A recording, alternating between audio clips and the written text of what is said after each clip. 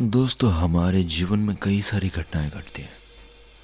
कई बार हम जो काम करते हैं, जो भी सेवा प्रोवाइड करवाते हैं पैसे लेने के लिए या पैसे कमाने के लिए या खाना कमाने के लिए, जो भी हम काम करते हैं प्रोफेशनल, जो हम काम करते हैं धन कमाने के लिए, तो उसमें कई बार सामने वाले को हम वैसी सर्विस नहीं दे पाते, वैसी बात नहीं कह पाते, तो वो नाराज़ हो जाता है।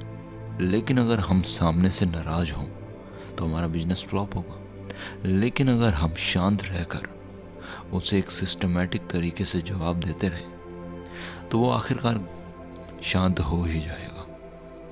ऐसी एक कहानी मैं आप सबके सामने पेश करने जा रहा हूँ, जो कि एक बौद्ध भिक्षु की है, जिसने बहुत अच्छे से एक व्यक्ति के जीवन को सुधार दिया। वैसे ये कहानी आप सबने सुनी होगी, लेकिन मैं इस कहानी को डिफाइंस करके आपको कुछ अधिक समझाने की कोशिश करूंगा ताकि चीज़ों को आप बेहतर समझें। तो वीडियो को एंड तक ज़रूर देखें और हमारे चैनल को ज़रूर सब्सक्राइब करें, आपकी बहुत मेहरबानी होगी। तो चलिए शुरू करते हैं। प्राचीन सियालकोट में एक बार बौद्धों का बहुत बड़ा भिक्षु संघ आया।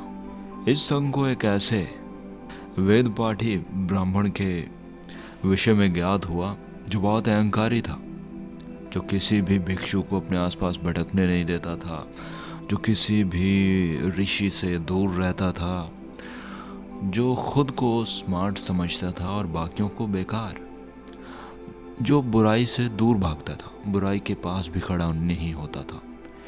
चाहे उसे ये पता हो या ना हो कि सामने वाला बुरा है या अच्छा है या महाज्ञानी है, लेकिन वो उससे दूर भागता था क्योंकि वो अपने घमंड में लीन था।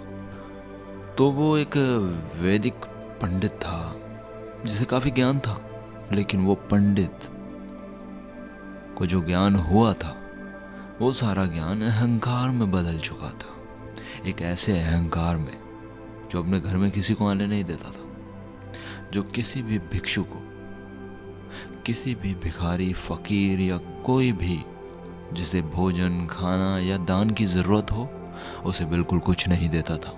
तो एक भिक्षु ने सोचा कि मुझे इस व्यक्ति की मदद करनी चाहिए, मुझे इस व्यक्ति के अहंकार को नष्ट करना होगा, इसे ये एहसास दिलाकर कि ये कर क्या रहा है, ये जो हरकत कर रहा है वो पाप है।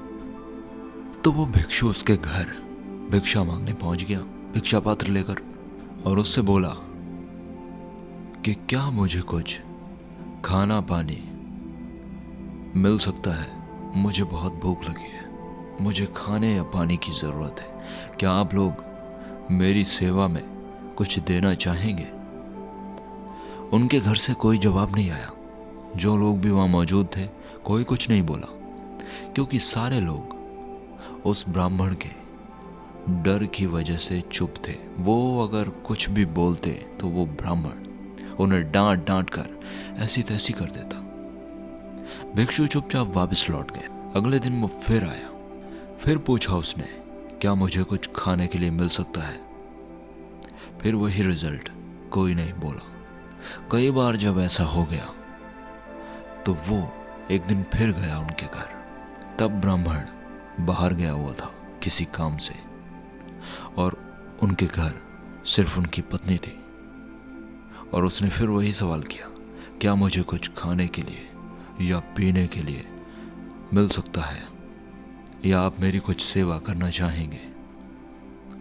तो उसकी पत्नी, जब ब्राह्मण घर पे नहीं था, तो वो बोली कि मैं आपको रोज़ जवाब तो देना चाहती हूँ, कुछ बोलना तो चाहती हूँ, लेकिन हमारे ब्राह्मण पति ने हमें सख्त मना किया हुआ है, अगर हम कुछ बोले तो वो बहुत डांटेंगे, इसलिए हम नहीं बोल सकते। तो मेरा आपसे निवेदन है कि मैं आपको कुछ नहीं दे सकती, कृपया आप चले जाइए। भिक्षु प्रसन्न हुआ और वहाँ से चला गया। रास्ते में उसे वो ब्राह्मण दिखाई दिया और ब्राह्मण को पता चल गया कि ये मेरे घर से आ रहा है। उस ब्राह्मण ने उस भिक्षु को बहुत भला बुरा कहा, बहुत चीखा चिल्लाया, उसे बहुत खरी खोटी सुनाई, उसे बहुत अपमानित किया, लेकिन भिक्षु भी काफ़ी ज्ञानी था। वो उसकी बातों का बुरा नहीं माना और उसने कहा कि आज तुम घर नहीं थे, इसलिए मैं खाली हाथ नहीं लौटा। मुझे तुम्हारी पत्नी ने मना किया है, मुझे तुम्हारी पत्नी ने ना को दिया है। ना करना भी कुछ देना ही है। कम से कम तुम्हारी पत्नी ने मुझे कुछ दिया तो सही। तुम्हारे होते हुए तो मुझे कुछ भी नहीं मिला। ना करना भी आखिरकार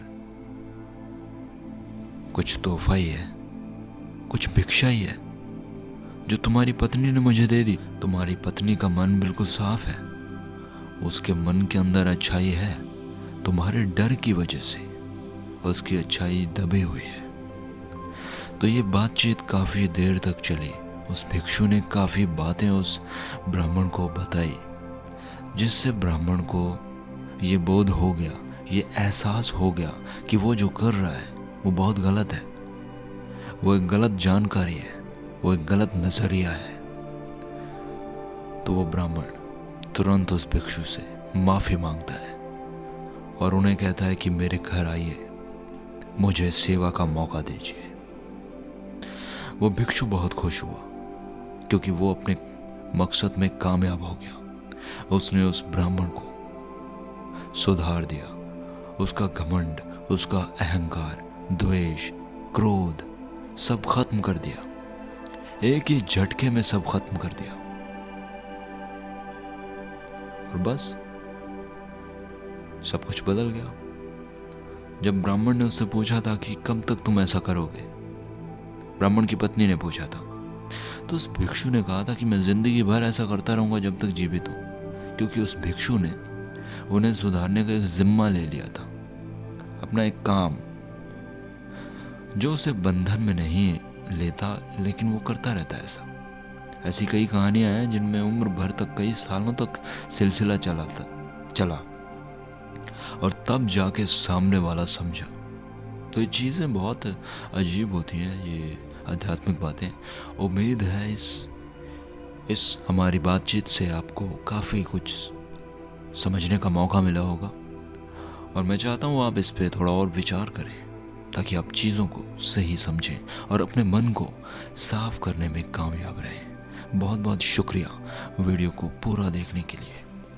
कृपया वीडियो को लाइक कीजिए और हमारे चैनल को सब्सक्राइब कीजिए। बहुत बहुत शुक्रिया। फिलहाल के लिए दोस्तों, नमस्कार।